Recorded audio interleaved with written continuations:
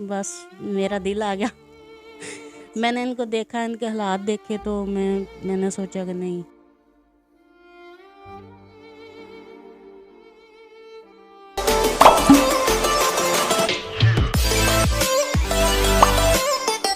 बिस्मिल्लाहिर्रहमानिर्रहीम। अस्सलाम वालेकुम नाजरीन, मैं हूं सोबिया और आप देख रहे हैं रोशन पॉइंट।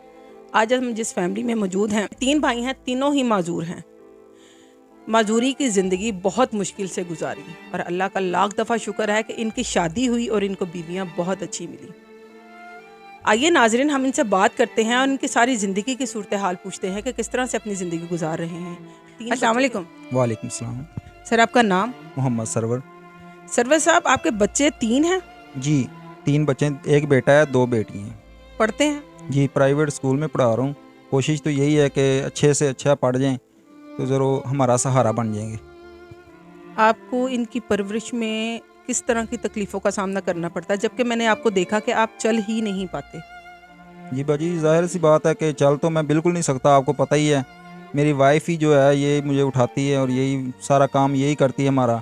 वॉशरूम तक भी ये लेके जाती हैं और जो कोई चीज़ वगैरह भी उतरी हो वही ये लगा के देती हैं और घर से रवाना भी करती हैं। मतलब कि रोज़ी के लिए उधर जाना पड़ता है फिर काम पे, तो घर आके इधर ही इन्होंने उठा के बिठाना होता है, इधर तो आपके सामने ही है।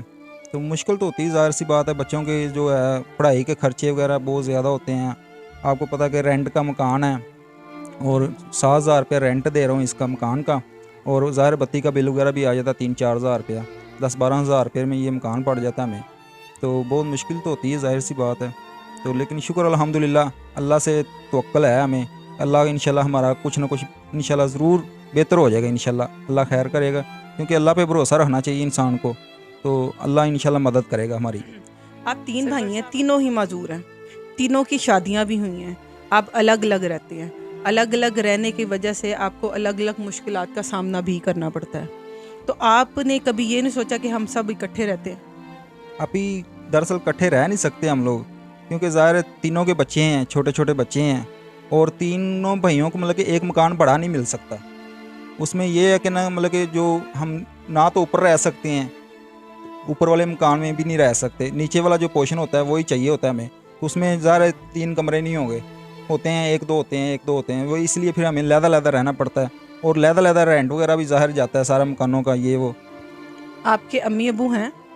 जी, अम्मी अबू हैं, लेकिन वालिद साहब ने छोटे होते ही हमें, मतलब कि हमारी वालदा को डिवोर्स दे दिया था, क्योंकि उन्होंने जब देखा ना कि बच्चे इनके माजूर हैं, और उन्होंने वालदा को डिवोर्स दे दिया और आगे 7 शादियां भी की हैं। हमारे दादा अबू थे ने, उन्होंने हमें 3-4 मरले जगह दी हुई थी।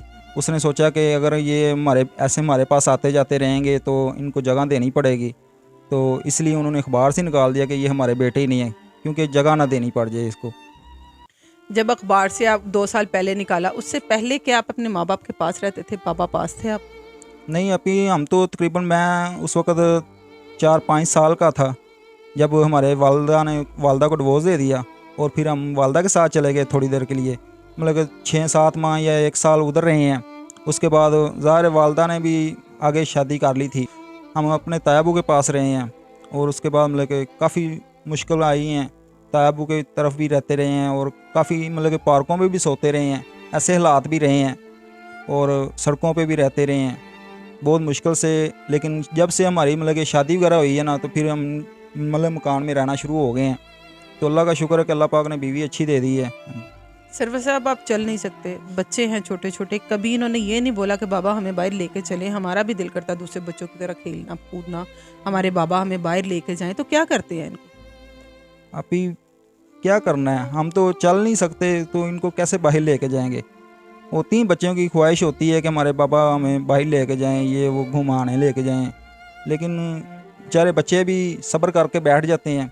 उनको पता है कि हमारे पापा जो हैं ये ना चल फिर सकते हैं ना कुछ, हमें कैसे लेके जाएंगे।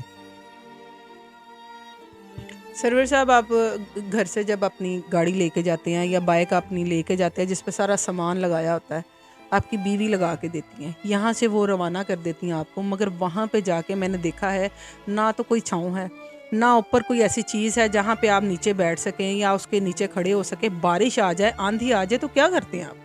ज़ाहिर सी बात बाजी, उधर सड़क के ऊपर खड़े होना होता है, तो ज़ाहिर बारिश वगैरह आए या कोई जो मसला हो, कोई चीज़ वगैरह नीचे गिरी हो, उधर कोई फ्रूट वगैरह रेडियम वगैरह लगाते हैं, उनसे मैं कह देता हूँ, वो हमारी थोड़ी सी हेल्प कर देते हैं। मैं तो खुद किक भी नहीं मार सकता बाइक की, और कोई मार दे तो चला जाता हूँ, नहीं तो फिर उधर भी भीगना भी पड़ जाता है। कभी कभी ऐसे भी होता है कि गाड़ी जो उल्टने का ख़तरा होता है, अंधेरी जब आती है ना, अंधेरी इतनी तेज़ होती है कि गाड़ी कंट्रोल नहीं मैं कर सकता। कोई आ जाए तो हमारे पास तो वो कंट्रोल कर लेता, वरना नहीं तो गाड़ी गिर भी जाती है, नीचे भी गिर जाती हैं, चीज़ें टूट भी जाती हैं।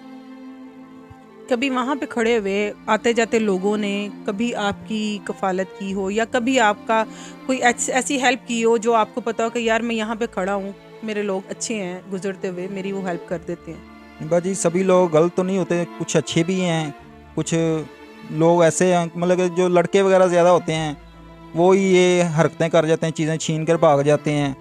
और जो वाल्टन वाले वगैरह भी होते हैं, हमने कुछ बोर्ड लगाया हुआ है कि माजूर हूँ, कोई चीज़ छीन कर मत भागे, तो उस बोर्ड की वजह से कुछ वाल्टन वाले लिहाज भी कर जाते हैं कि ये चलो मजूर बंदा है, वो आके फिर भी ये कह देते हैं कि भाई साइड पे खड़े हो जाओ।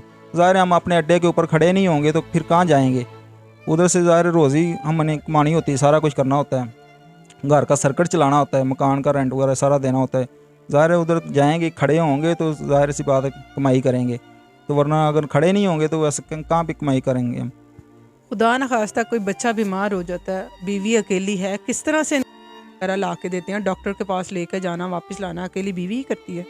हाँ जी, ये सारा कुछ यही बेचारी करती है, क्योंकि कोई भी मसला मसाइल होता है, मैं तो खुद इधर आपको पता ही कि मैं इधर बैठ जाऊँगा, इधर खुद मतलब मैं नीचे उतर नहीं सकता, ना चल सकता हूँ ना कुछ है। तो ये बच्चों का कोई भी मसला मसाइल हो, मेरी बीवी जो है यही मतलब कि डॉक्टर के पास भी यही लेके जाती है, स्कूल भी खुद छोड़ के आती है और स्कूल से वापसी भी खुद लेके आती है उनको। अच्छा, मैंने बहुत से लोगों को देखा है रोड्स पे खड़े होते हैं, गोल चक्कर के नियर खड़े होते हैं, मस्जिदों के पास मांगने के लिए खड़े होते हैं।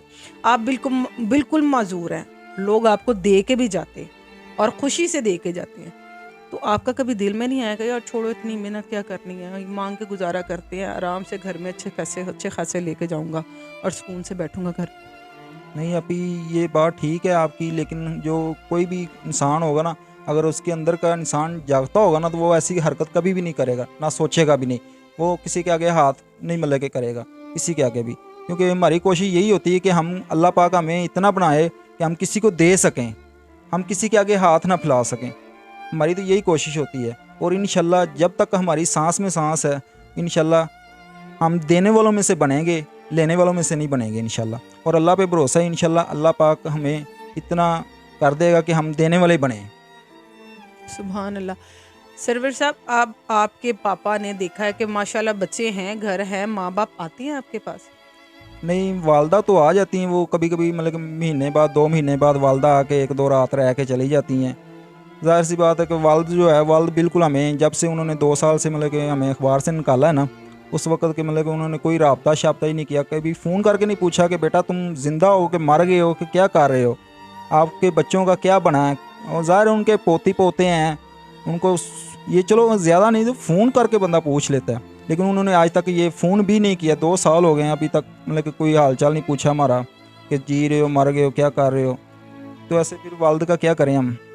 सरवर साहब, आपने बताया कि हमने रोड्स पे भी ज़िंदगी गुजारी है, हमने सड़कों पे भी सो के ज़िंदगी गुजारी है शादी से पहले। आपने बताया कि मैं तायाबू के पास रहता था, जबकि आप तायाबू के पास रहते थे फिर रोड्स पे क्यों आए, फिर सड़कों पे क्यों आए?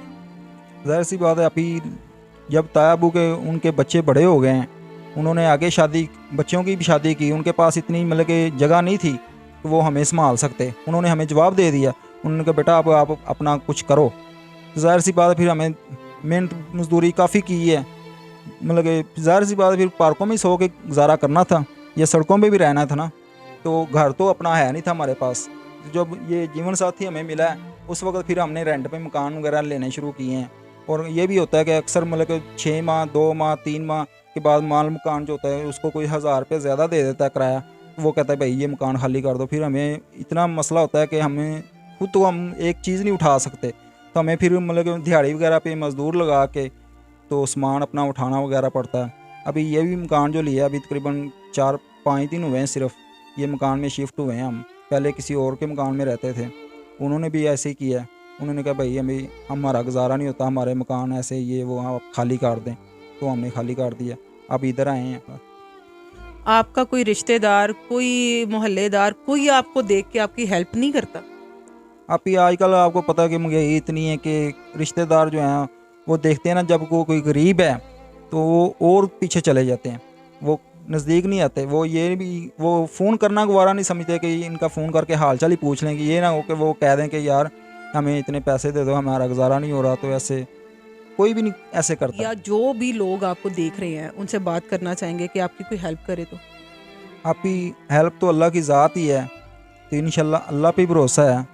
और हमारी तो यही कोशिश है कि हम अल्लाह से ही मांगते हैं, जो मांगते हैं तो अल्लाह इंशाल्लाह हमें कुछ ना कुछ अच्छा हमारे बारे में सोचेगा। ये अगर कोई अल्लाह का फरिश्ता हो तो वो हेल्प करना चाहे तो हमें, चलो इतना ज़्यादा नहीं तो हमारा जो कर्ज़ा वगैरह है वो उतर जाए, और हमें चाहे 2 मरले का मकान ले के दिया जाए, चलो अपनी जगह हो, हम अपने बच्चों को जो है उनके बारे में अच्छा सोच लें, हमारी काफ़ी सी मुश्किलें हल हो जाएंगी। अगर मकान अपना हो जाए, चाहे 2 मरले का ही हो, चलो हमारे बच्चे जो रोज़ाना रुल रहे हैं, ये मतलब कि कभी किसी मकान में जाना होता है, कभी किसी मकान में रहना पड़ता है, तो चलो ये है कि अपना घर होगा, एक छत होगी छोटी सी, चलो उसके नीचे हमारे बच्चे सुकून से रह सकेंगे और हमारे बहुत सारे मसले हल हो सकते हैं मकान की वजह से। आइए नाज़रीन, सरवर साहब की बेगम से बात करते हैं और इनसे पूछते हैं कि सरवर साहब के माजूर होने के बावजूद आपने इनसे शादी की, किस तरह से ज़िंदगी गुजर रही है? अस्सलाम वालेकुम। वालेकुम सलाम। आपकी शादी को कितना अरसा हो गया? अब भी तकरीबन 12 साल हो गए हमारी शादी को। माशाल्लाह 12 साल में आपको कभी ये लगा हो कि मैंने शादी करके गलती की है? नहीं अभी नहीं, अल्हम्दुलिल्लाह। गलती क्यों, जब वो मुझे कमा के खिला रहे हैं तो फिर जो शोहर आपको कमा के खिलाए वो गलती नहीं है। मजदूर होने के बावजूद मुझे खिला रहे हैं ना, खुद बाहर नहीं जाने दे रहे, खुद कमा के ला रहे हैं, गलती नहीं है ये। अल्हम्दुलिल्लाह मैं इनके साथ, चाहे मुश्किलात है लेकिन खुश हूँ इनके साथ, क्योंकि मुझे कमा के ला के देते हैं, किसी चीज़ की कमी नहीं लाने देते। शादी से पहले आपको पता था ये माजूर है? जी, तो आपने फिर शादी क्यों की? बस मेरा दिल आ गया। मैंने इनको देखा, इनके हालात देखे, तो मैंने सोचा कि नहीं, मैं इनकी हेल्प करना चाहती, इनकी मदद करना, इनका साथ देना चाहती थी, इसलिए। नाजरीन, आपने सरवर के घर की पूरी कहानी सुनी। सरवर साहब की वीडियो पहले भी बनाई थी, जहाँ पे ये खड़े होके अपना काम करते हैं और ये चीज़ें बेचते हैं। मैंने देखा कि वहाँ पे गिरी हुई चीज़ें लोगों को फ़ोन करके या उनको आवाज़ दे के उठवाते हैं। घर में से इनकी बीवी इनको देती है सब कुछ एक जैसा करके, हर चीज़ लगा के देती है कि मेरा मियाँ चला जाए और मेरे लिए रिज़्क़े हलाल कमा के लाए। जबकि मैंने देखा है कि जगह जगह पे फुटपाथ पे बैठे हुए लोग अच्छे भले मांग रहे हैं, मगर सरवर ने, इन तीनों भाइयों की हिम्मत है कि ये कहते हैं कि हमें मांग के नहीं खाना, हमने मेहनत करके खाना है। अल्लाह ताला हमें मांगने वालों में नहीं, देने वालों में रखे। और इस तरह के लोगों को हमें अप्रिशिएट करना चाहिए और प्राउड है हमें इस तरह के लोगों के लिए। नाजरीन, मेरी आपसे यही गुजारिश है, 3 बच्चों का बाप है, बच्चों की कफालत करने के लिए ये कोई भी मेहनत से पीछे नहीं हटता। बीमार हो, तकलीफ़ हो, आंधी हो, कुछ भी हो, ये काम करते जाते हैं सिर्फ अपने बच्चों के लिए। और हौसला है इस बीवी का जिसने मजदूर बंदे की हिम्मत बनी और ये सोचा कि नहीं, मुझे इनका साथ देना चाहिए इनकी ज़िंदगी को सुन के। तो नाजरीन, मेरी आपसे यही गुजारिश है कि सरवर का आप जितना भी हो सके इसका साथ दें, ताकि इसको और हिम्मत मिले, इसको छोटा सा घर ले दें ताकि ये दर बदर इधर उधर भटकने से आराम से अपने घर में बैठ जाएं, अपने बच्चों की कफालत करें और मेहनत से कमा के अपने बच्चों को ला के दे सकें।